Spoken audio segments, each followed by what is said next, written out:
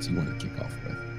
Yeah, Alex, can you please give us the historical background to Milton Friedman and why his particular form of economic analysis or the Chicago School became so salient, particularly after the period of the New Deal Civil Rights Coalition coming out of the 60s and the rise of Fordism that came out of the New Deal as well?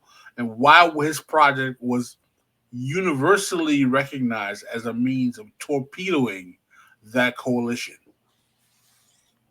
That's a that's a really great question, Pascal.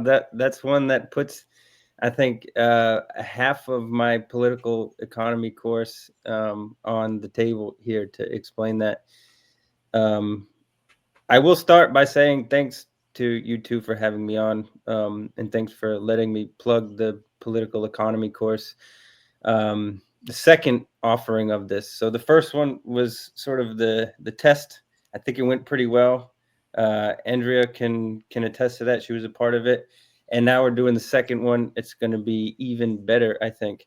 But let's get down to business because there is a lot to cover to answer that question.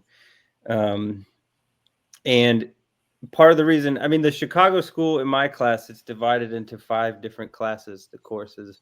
Chicago School is the 4th that I cover. And so that means it's quite late in the game, going all the way back to the classical school of economics, this sort of first, the OGs of political economy, if you will, people like Adam Smith and David Ricardo and John Stuart Mill, et cetera, who had, Adam Smith, first of all, had articulated this labor theory of value, that set the stage for understanding why it is that items have value to begin, why commodities have value to begin with. That classical school advocates for a free market, but people like John Stuart Mill, and I would say Adam Smith too, they say, yeah, a free market is a great thing, but if things get rough, it is the responsibility of the government to step in to sort of straighten out the market again and then set it back on its free course. So they leave space for interference in the market, if you will. When we get to the middle of the 19th century, so 1848 and post 1848, we come across Marxism, of course, and Marx's magnum opus, Capital, the subtitle is a critique of political economy, because what Marx essentially was pointing out is that the political economists so far had it all wrong, in that they were not focusing on profit, the way that profit is accumulated and how it's distributed, and how that distribution makes society, socioeconomic conditions so unequal for people. Um, and for a lot of economists at the time, it wasn't really a salient, or a biting critique as much as maybe we think it is today. For a lot of them, they thought that Marx was applying a theoretical, scaffolding onto a political economy which had existed and considered itself a science, for so long. So what emerged from that critique was called the Austrian School of Economics. The Austrian School of Economics is the, we'll say, the grandfather of the Chicago School, in the sense that the Austrians came to the table and they said, look, there's a lot more that goes into the decisions that people make when they go to a market and they purchase goods. A lot of those decisions are informed by, for lack of a better word, their ecosystems, the people around them, the church they go to, the music they listen to, the, I don't know, food that they consume, all the culture that's around them influences the way that they um, they make decisions when it comes to money. The problem is that the Austrian school didn't really have data to back any of that up. They were just kind of postulating um, that people make decisions that are informed by whatever they see as their economic necessity. So we had these kind of competing. We'll say that the Austrians, as well as the classical school, were liberals, classical liberals, in the sense that they did believe in a kind of free market. Marx, not so much. And then the Great Depression happened, 1929, right? This crash of the stock market. And the big figure to come out of that was John Maynard Keynes, right? Keynesianism is the one is still the economic legacy that lives with us. And Keynes was very much responding to the Great Depression in the ways that states thought that they could remediate the economic disaster that fell from the stock market crash. And Keynes's big intervention, his big addition to this, Keynes was himself a mathematician. He was a socialite, but he was a mathematician, and so he had data and he had numbers to back up his argument, which was essentially that um, the government needs to intervene in economic crises because capitalism creates crises, and it's the responsibility of government through monetary policy to intervene to straighten out the market and then put it back on course. He thought that we could do that through stimulating demand. In another way to put it is, if you get people out of their house and into the labor force, those people will earn income, they'll earn money.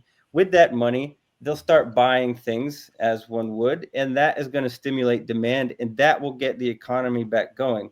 Whereas a lot of people at the time during the Great Depression thought that the solution was isolationism, to stay in an American market, don't engage too much in global trade, et cetera, et cetera. This is the moment of America's first isolationary moment, I guess. The Chicago School, in particular, Milton Friedman, come after Keynes, and they pose themselves as a challenge to Keynes from the standpoint of the Austrian position. And so Milton Friedman, George Stigler, Gary Becker, for example, they make many of the same arguments that the Austrians make, except they have numbers this time.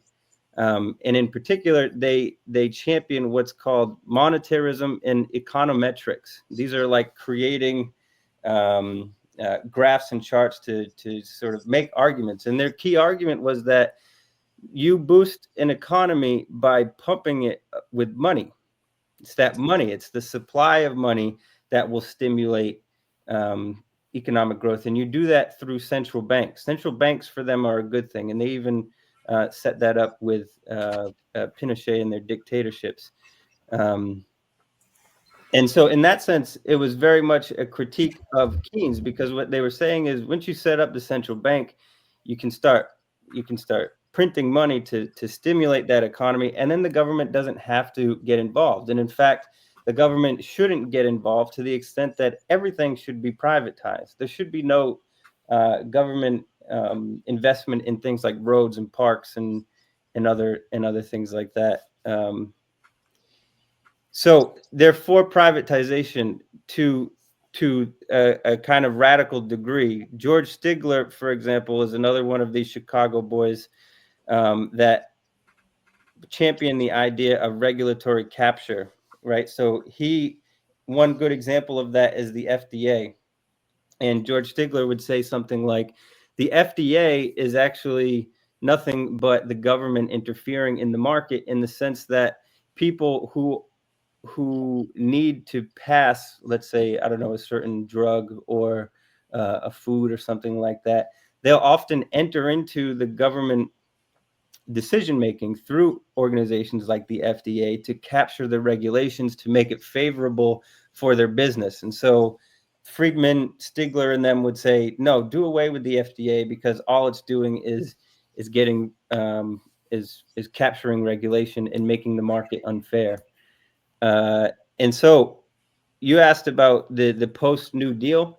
In that sense, the Chicago School was a response to the extent to which the government stepped into economic regulation to try to get some control over the chaos that ensued from the Great Depression. And Friedman, Stigler, and them were saying, no, we did it all wrong. That's not the way that you do it. You you don't create more government programs and more government organizations. You create less, and you incentivize private investors to get involved in those economic stimuli, I guess. So that's what I would say. The sort of long answer that summarizes a lot, I think.